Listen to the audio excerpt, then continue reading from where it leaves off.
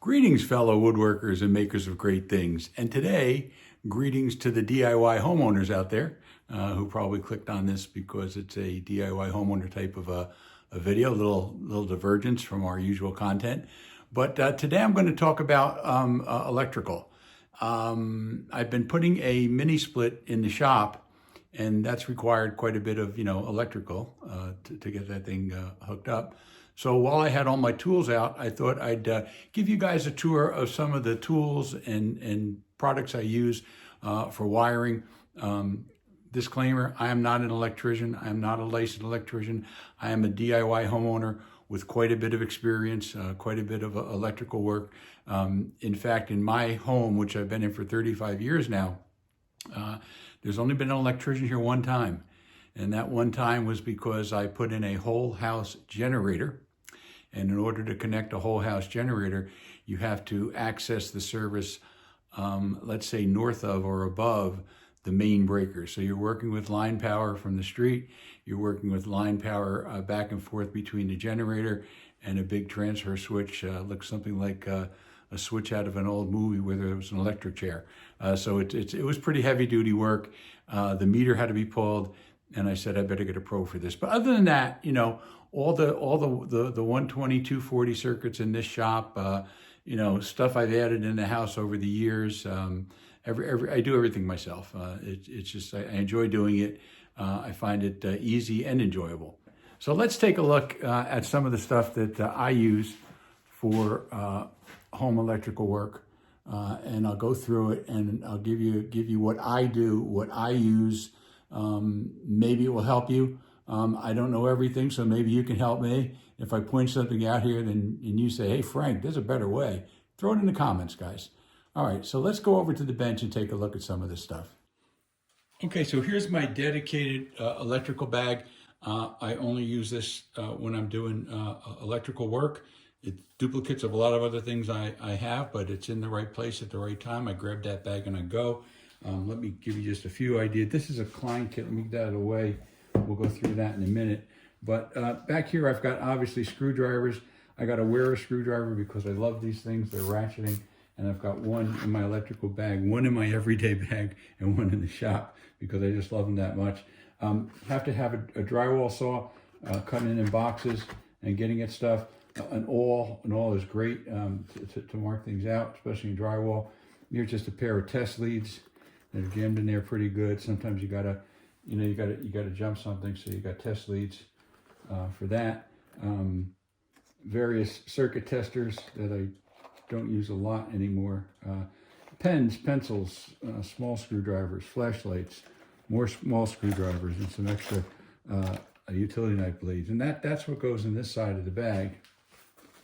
The other side is pliers for the most part. I do have 2 utility knives. A regular utility. I always like to have a slider here because sometimes you got to get into something, make a deep cut or a long cut, or cut through styrofoam. So it's just nice to have. I could use a new blade, that's for sure. And then up here, I've got my important electrical tools. I've got a diagonal cutter, a wire cutter.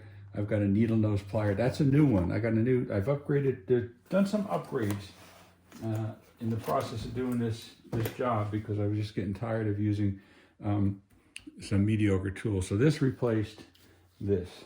I got a Knipex to replace this old box store. When I say box store, I'm pretty sure that goes back to Channel Lumber or Rickle, if anybody remembers those places here in the Northeast. Those are in the days before Home Depot and Lowe's. So I got rid of this old crappy one and got a new one. This is just a regular pliers. That's a good Craftsman USA. Alignment pliers, got to have that. That's a commercial electric, pretty good one. This is another new addition and another Knipex. And why did I get another wire stripper? Because I bought this one a year or two ago, and I thought it was a pretty good one. It's a Milwaukee. It was designed to replace this. This is an Ideal, a wire stripper that I've had for a very long time. Really not too much wrong with it, but I wanted a little more utility from, something like this, where you have a substantial wire cutter there. You can cut bolts and do stranded and solid wire. You even get a little bit of a mini kind of lineman pliers grip up there, or plier grip. So why did I replace it? Doesn't work very well. I don't know if the dies are miscut and I just got a bad one. I don't know if it's a bad tool. I don't want to say it's a bad tool. Milwaukee's usually really good stuff. But I was over there struggling to strip, 12 gauge wire, and that shouldn't be the case, right? So I upgraded it. That goes over there, and this goes over here. And by the way, I switched back to this mid-job. This was cutting better than this one. So just to give you an idea of how I found the quality of this tool. Again, not saying that's a universal statement. I could have a bad one. I could have a defect in it, but this Knipex, like butter.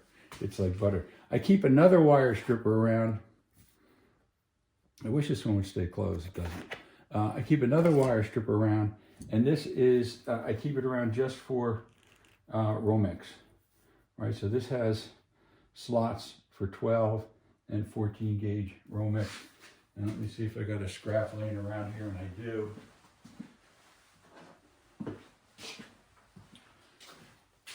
So this is 12 gauge Romex, and when you want to strip it, it's as easy as that, and then that comes right off. And you peel back, nice clean line on your Romex. So I keep this around pretty much just for that. It also has a 10 and 12 gauge wire stripper. It's got something like a wire cutter. It's got something like a bolt cutter, but there's really not enough mass here. This isn't really a tool for that. I just use it for the Romex. So that's my plier situation over there. And then I keep, of course, a roll of electrical tape on the side. I should get some additional colors hanging on here, because sometimes you need to mark out a wire in red or white or black. Change the color of a wire. But I don't have it there. I should get some and put it there. And then inside the kit, I did another upgrade. I've had for many years, as you'll be able to tell, this Sperry multimeter. All right, and it's served me well. It's not auto ranging or fancy, but it's done the trick. But I splurged a little and upgraded, and I got a new Klein tool multimeter with an amp clamp. Always wanted an amp clamp, but over the years, an amp clamp has pretty much been a dedicated single-use tool. You get on a conductor and turn it on, and it'll tell you what the amp draw is on that, what the load is on that particular conduit. But lately, and I say lately, I don't know how long this is going on. I don't keep up with tools. Maybe it's been for 10 or 20 years. But the amp clamp is now a full function auto ranging multimeter. So that is pretty cool, because you can do voltage, you can do continuity, you can do ohms and all the stuff that you can do on a multimeter right on this, but you get the advantage of an amp clamp. So I upgraded my Sperry to the Klein Tools multimeter with an amp clamp, and I think that's going to be a great addition to the shop. I'll give you a little view of functionality of that in a minute. What else is in here? We've got a PVC pipe cutter for cutting cconduit. We've got one of these wire strippers that somebody recommended, and I don't know, it looked pretty cool. So let's cut back some of the paper on this thing, and I'll show you what it does. Instead of stripping a wire in the traditional way, you put this in here, and it pops it right off. I think that's pretty cool. I don't know how much I'll use it, but I may use it. And then in here, I've got a, this is for stripping back Romex. You pull it down, it's got a little blade there. And I don't think I use it. I don't think I've used in a long time. I'll usually just take a razor knife. I'll usually take a razor knife down the middle and peel it back after I cut it square with that. So, but it's in the bag, so we'll keep it in the bag. All right. When I bought the new multimeter amp clamp, it came as a kit. And it was literally like $5 or $6 more to buy the kit than it was to buy the just the tool only. So I figured let me get what they're offering here. And basically that's this. So what you have here is a basic outlet tester. All right, this gets plugged into an outlet and lets you know if your hot, neutral, and ground are all doing what they're supposed to do. It's got a test for GFCI where you can make sure that works. This is a non-contact voltage detector. We'll go over that in a minute. And this I don't understand the use for. It seems to be a voltage tester. You turn it on. You put the leads on, and it will tell you how much voltage you have, AC or DC. Now, if you don't own a multimeter, maybe this could be somewhat useful. But if you have a multimeter, why do you need this? You just stick the 2 leads from the multimeter and it will tell you the voltage. So I'm not sure why they included that in a package with a multimeter. But they did. So let's, again, we'll go over all those in just a minute. I'll take you over to an outlet and I'll show you how some of this stuff works. Here we've got this little Klein kit.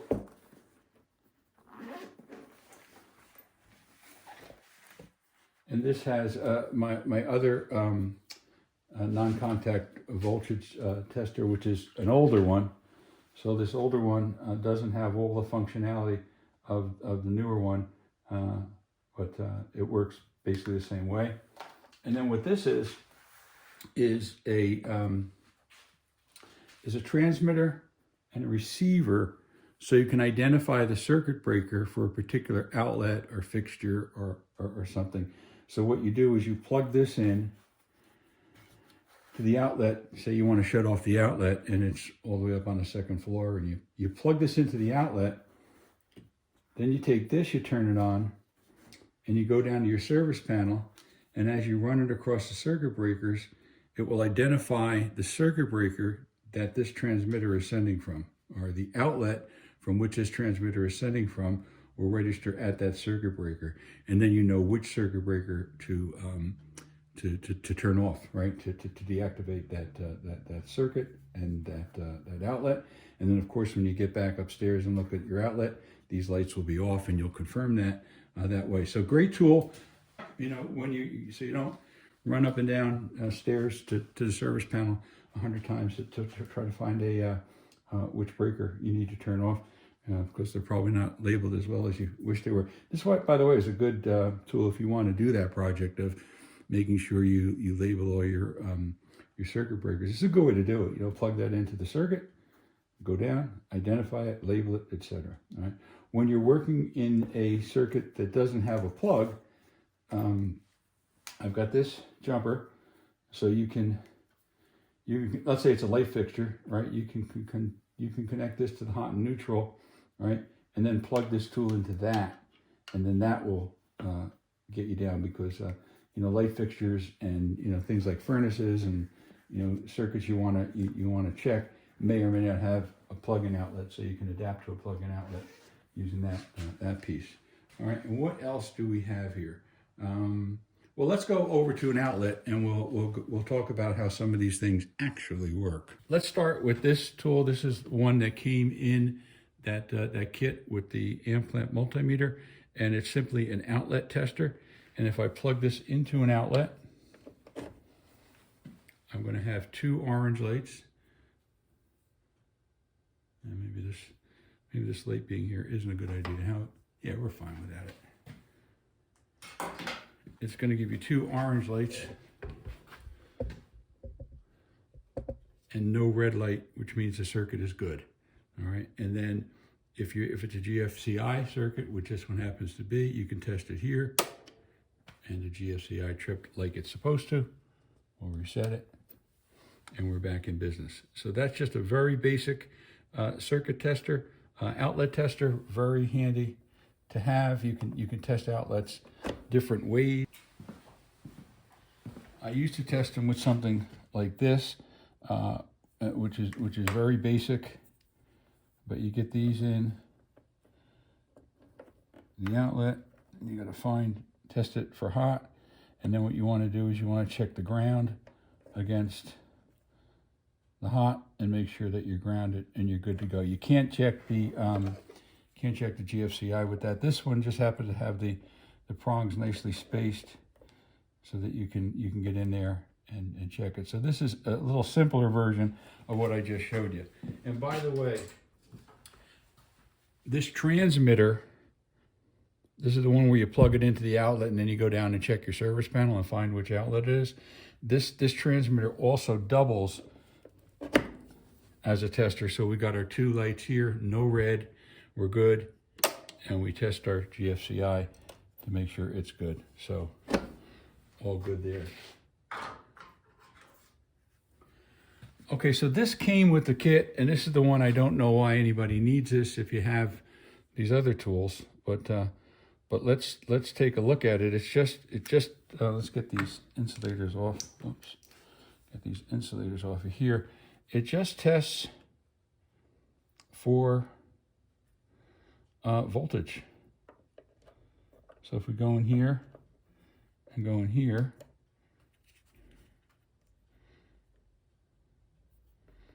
we've got, if I can get it to stay on the contacts.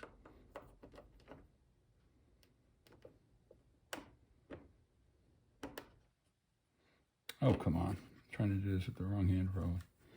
Let's go this way.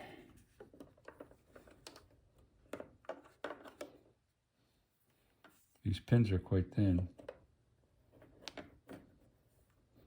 I had it going. Oh, there it is.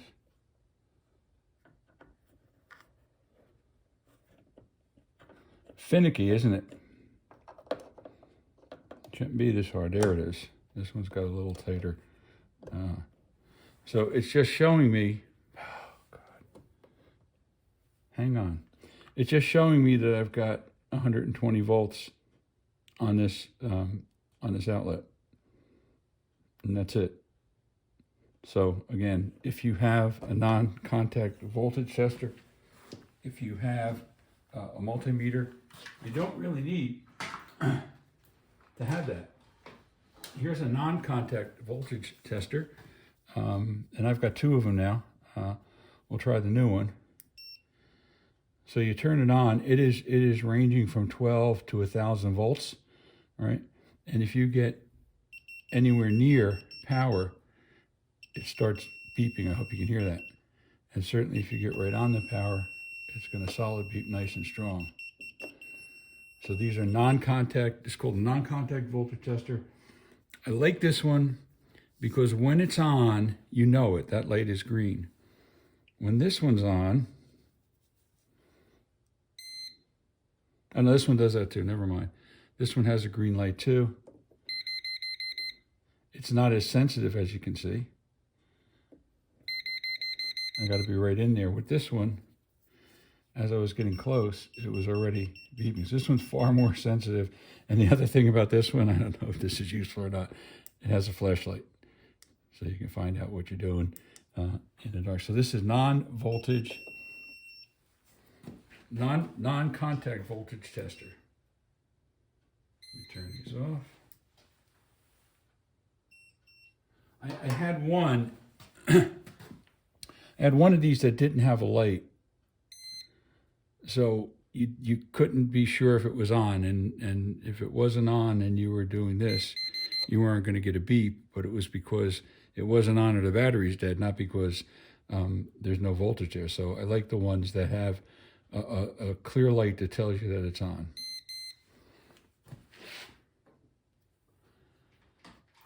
Now let's talk about this this multimeter. I can't show you too much here, but basically I can set it to volts AC and test this circuit this way. It's kind of cool. It's got a little the holder for one of the probes. So it makes it a little easier. These probes are a little thicker. Hope you can see that reading. No, you can't. All right, so let's not use that probe. It's got a light on it. Okay, it's got a light on, so let's put the light on. And you can see, you can test this outlet now for voltage. And we got 120 volts AC on this guy.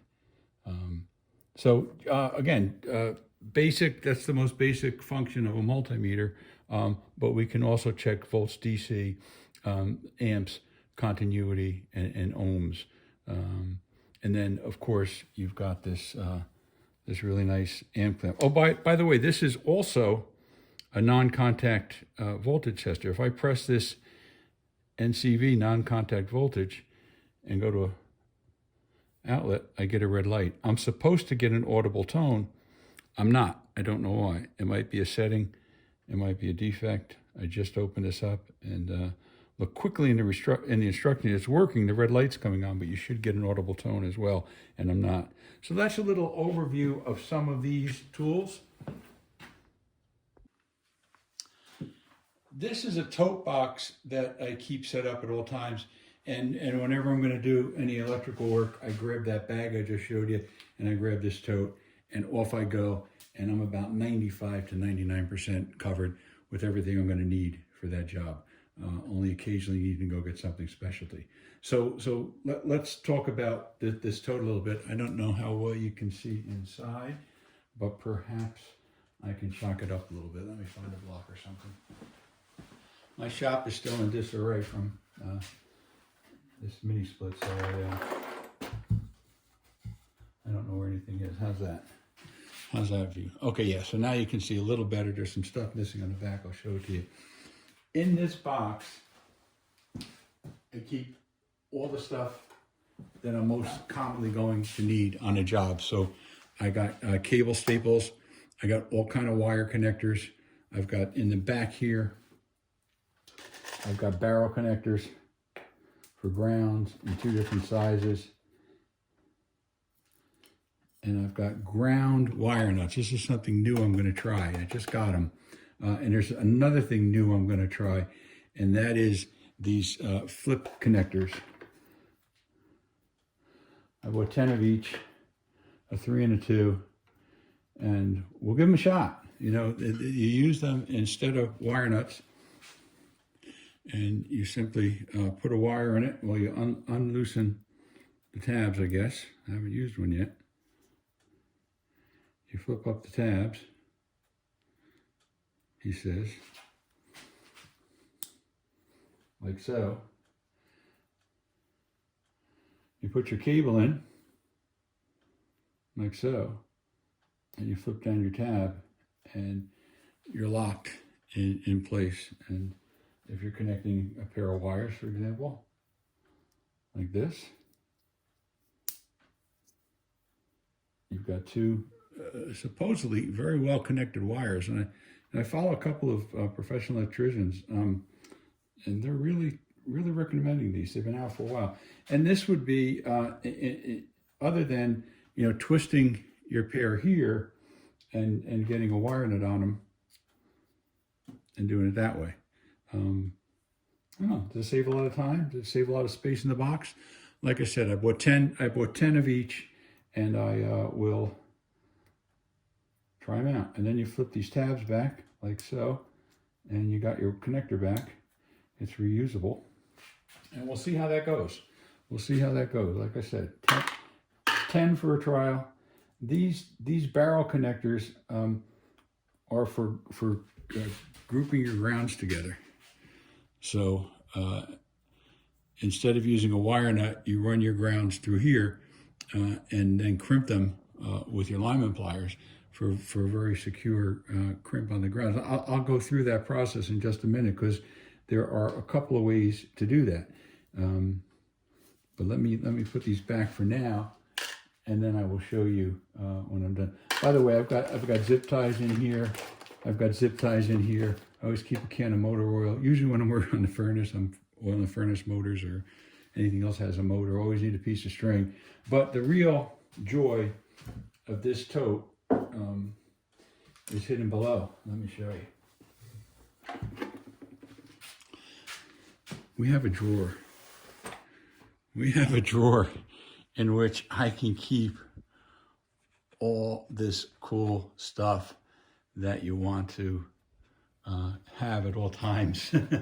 All right, and it's just miscellaneous things that you got to grab for. So, you know, these are strain relieves and conduit box connectors, some hold downs, some straps for PVC, all kind of electrical screws that you need, because every time I got one left over or from a kit or something, it goes in there. These are pigtails, so whenever I'm done with a job, I take my extra short wires and I cut them into pigtails, and I leave them in here. So I've got, as a matter of fact, I just grabbed a few 14 gauge grounds out of here for my demo I'm going to do. But this keeps all the little stuff you need organized. I've got some plug-ins here, so I can put a plug or a receptacle on a piece of cord if I need to, you know, get together a temporary cord. So really handy to have, because you always need to grab for this stuff.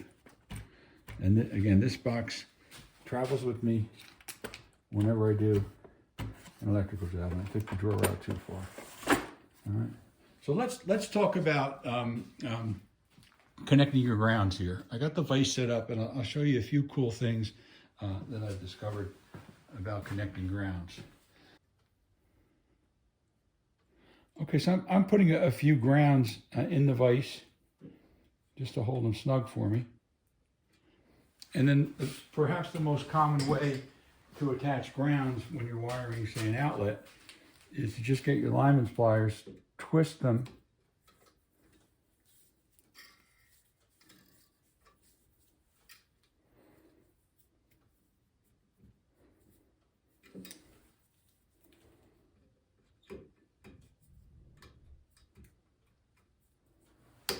cut them smooth, get a wire nut,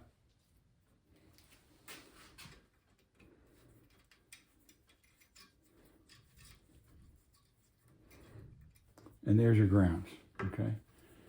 Then what you're likely going to do is take one of these grounds, pull it back,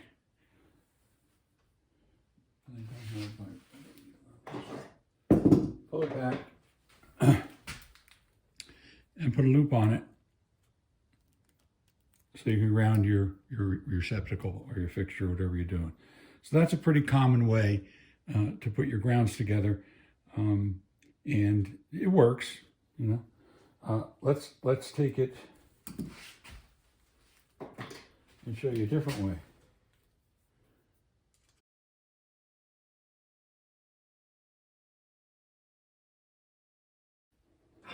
Let's say you got your two grounds in the box, right? Get rid of this loop. And you want to add your pigtail. So that's where these little barrel connectors come in handy. So you take one of these grommets, or whatever you want to call them, clamps, and you got your pigtail for your fixture right there. So what you can do is come through here, get that grommet in the crimper, and crimp it together.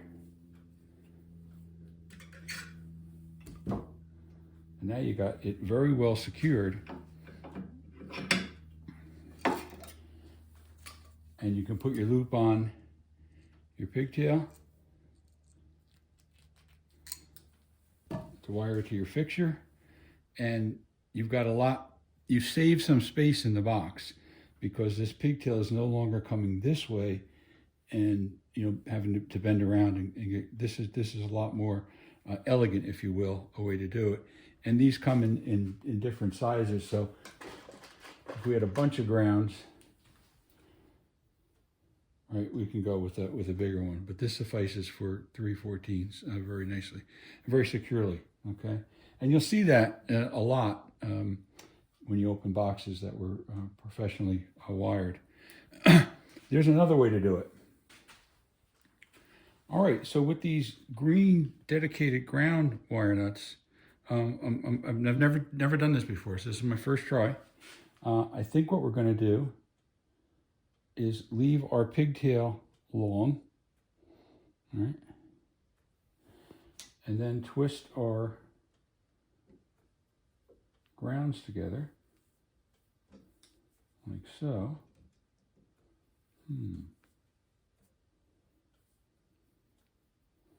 Twist our grounds. Now, because we have a hole in the top of this wire nut, look at that. That did not twist in there very well. Let's get it on, see if it's going to want to hold. Should twist in with the other two when we do the wire nut, but let's check it. We'll do a pull test. So we put our wire nut on like that. Twist the whole thing together.